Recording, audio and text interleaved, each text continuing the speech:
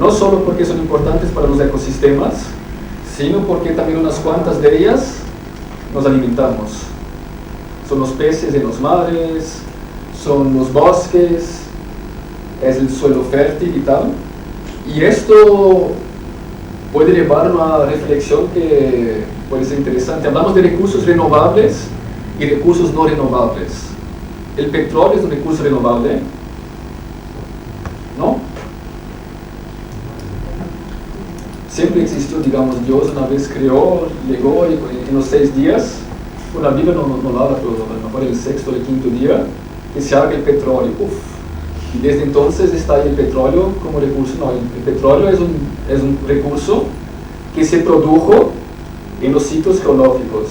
Y actualmente, en el fondo de la Tierra se está produciendo petróleo también.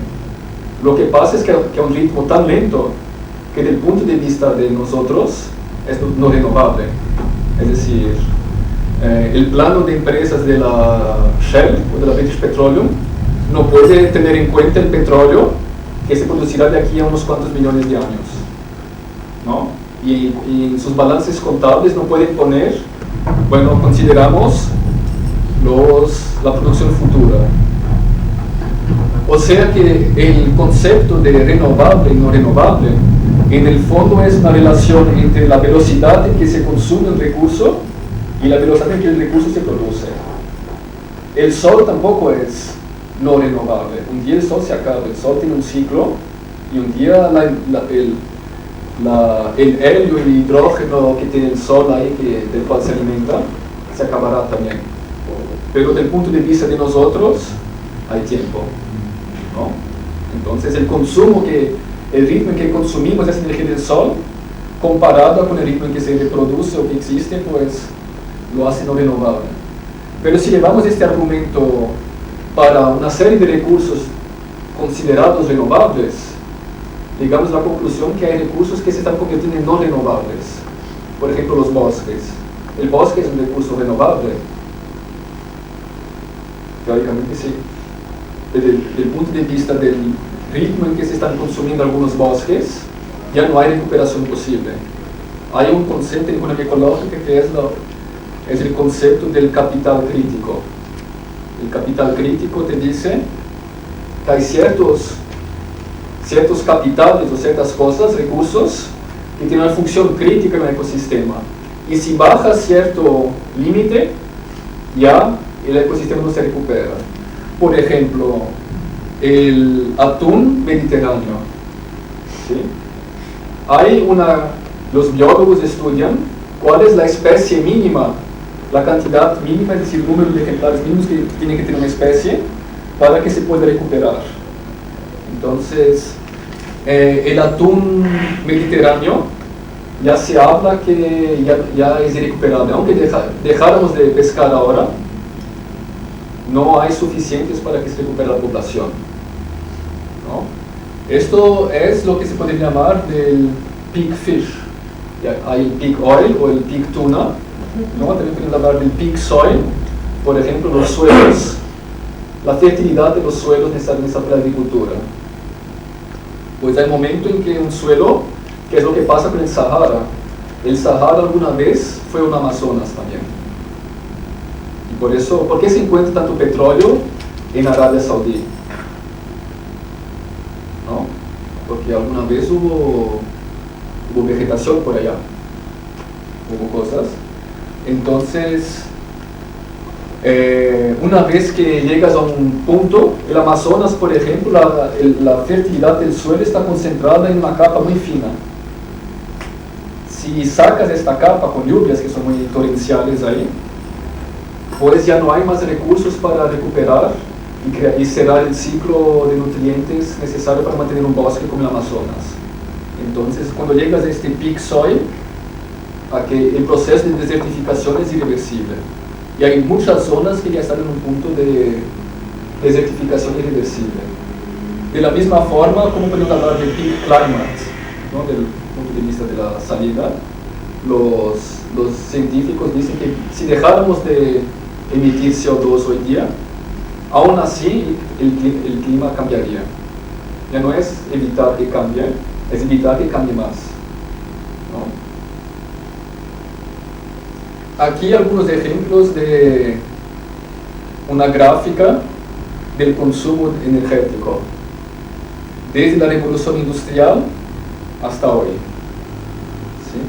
Lo que es importante de esta gráfica es que un concepto que es muy importante, que hablamos de transición energética, pero sin embargo, la transición energética no quiere decir que una energía sustituyó a la otra. Simplemente quiere decir que una energía pasó a ser la dominante. Pero en términos absolutos, por ejemplo, el consumo de carbón, que es esto aquí, siguió creciendo, ¿no? Esto negro. De hecho, hoy consumimos mucho más carbón que en el siglo XIX, y muchísimo más. Comparad esto con esto. Lo que pasa es que no hablamos más, así como hablamos que el siglo XIX fue el siglo del carbón, hablamos que el siglo XX fue el siglo del petróleo, es simplemente porque surgió el petróleo y pasó a ser más importante que el carbón. Consumimos muchísimo más biomasas que antes. Y eso también llevado al argumento actual, seguramente las energías renovables no es que van a sustituir las anteriores.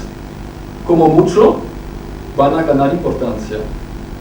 Pero todo indica que el consumo de petróleo y de carbón va a seguir creciendo, ¿no? Pero la Tierra es limitada. Y una de las primeras imágenes que creó el movimiento ecológico es esta. De mirar la Tierra desde arriba y decir, ostras, esto es una isla, es una cosita, y si esto acaba, ¿a dónde vamos? Hoy algunos que intentan ir a pensar cómo hacemos para ir a Marte, ¿no?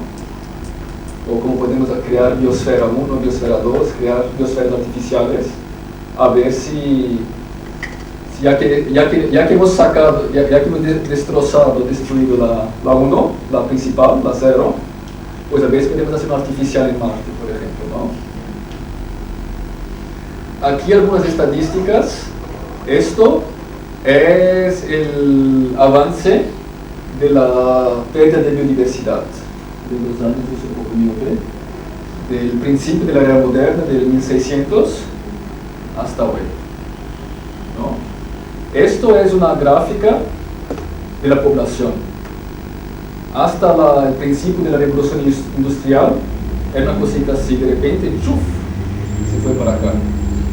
Y aquí es la parte importante, que es lo que hemos dicho, el petróleo.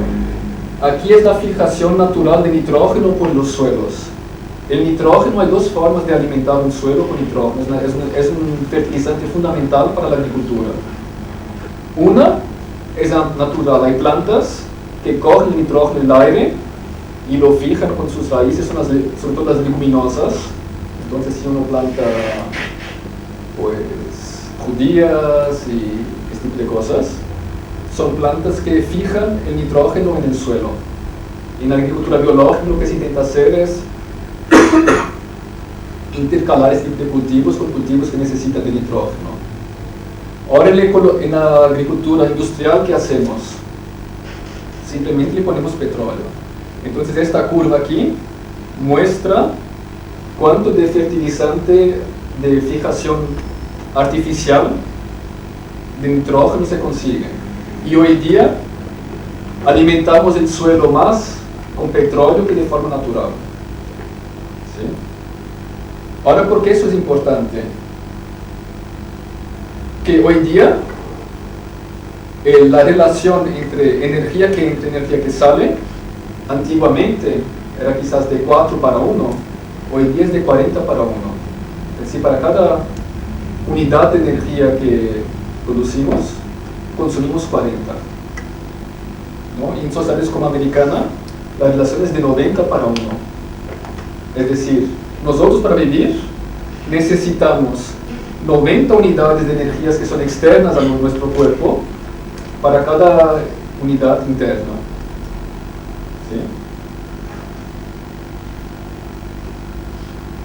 ¿Sí? Y lo que es aún un punto de vista energético más serio es que en países como Estados Unidos, si compramos hoy día un yogur o algún producto, sabe cuántas calorías tiene, ¿no?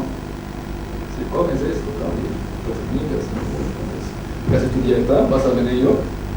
Pero para cada caloría que leemos en el producto ahí, han sido necesarias 10 para producirlo. Es decir, necesitamos 10 calorías de energía para producir una caloría de energía en el alimento que consumimos. ¿De dónde sacamos esta energía toda?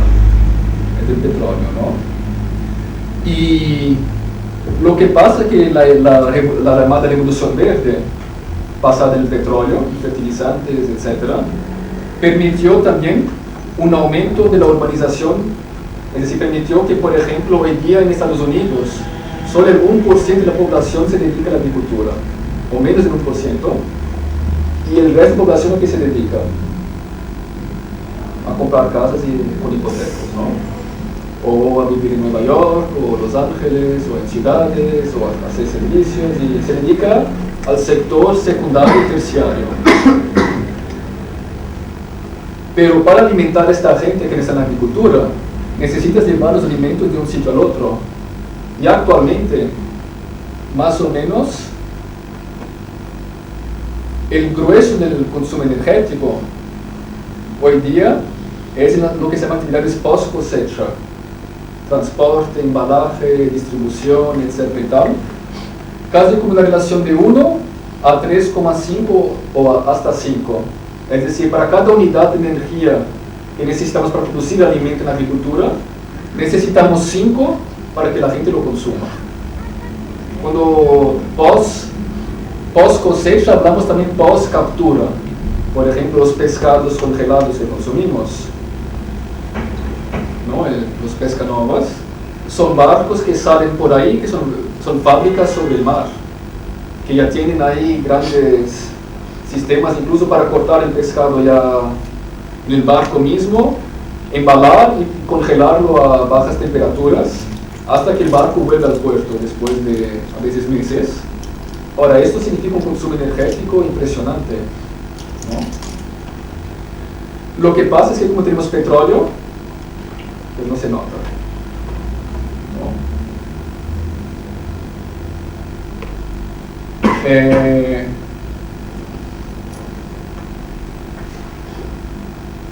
El problema es que en la agricultura hay lo que en economía ecológica se dice la inconmensurabilidad o la no sustituibilidad de capitales.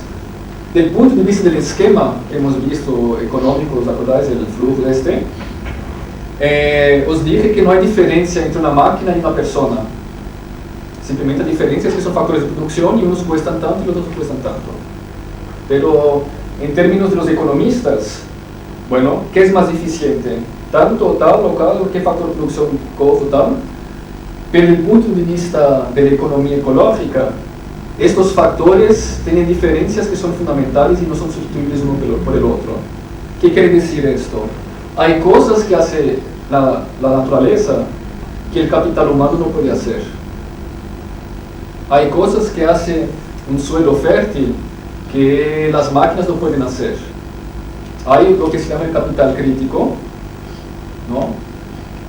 Y, por ejemplo, en un país como Estados Unidos, el consumo energético es casi 3 veces mayor que el total de energía solar capturada en la agricultura y la explotación forestal. ¿Qué quiere decir esto? Si quisiéramos alimentar la energía americana con biocombustibles, necesitaríamos de 3 Estados Unidos. Si dedicáramos todo lo que se produce en bosques y agricultura en Estados Unidos solo para biocombustibles, aún así alimentaríamos solo una tercera parte del consumo energético americano. O sea que necesitamos importar de Brasil, ¿no? O de otro país, o simplemente no llegamos, ¿no? El otro problema que hay es que cada vez las tierras con la revolución agrícola están siendo menos fértiles. Hay una pérdida marginal por varios motivos, que se está agotando el agua, las tierras van perdiendo fertilidad, etcétera, etcétera. Hay más plagas, hay una serie de problemas.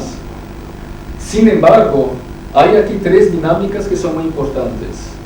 Una, que la población sigue creciendo. Otra, que la fertilidad, la productividad de la agricultura está cayendo.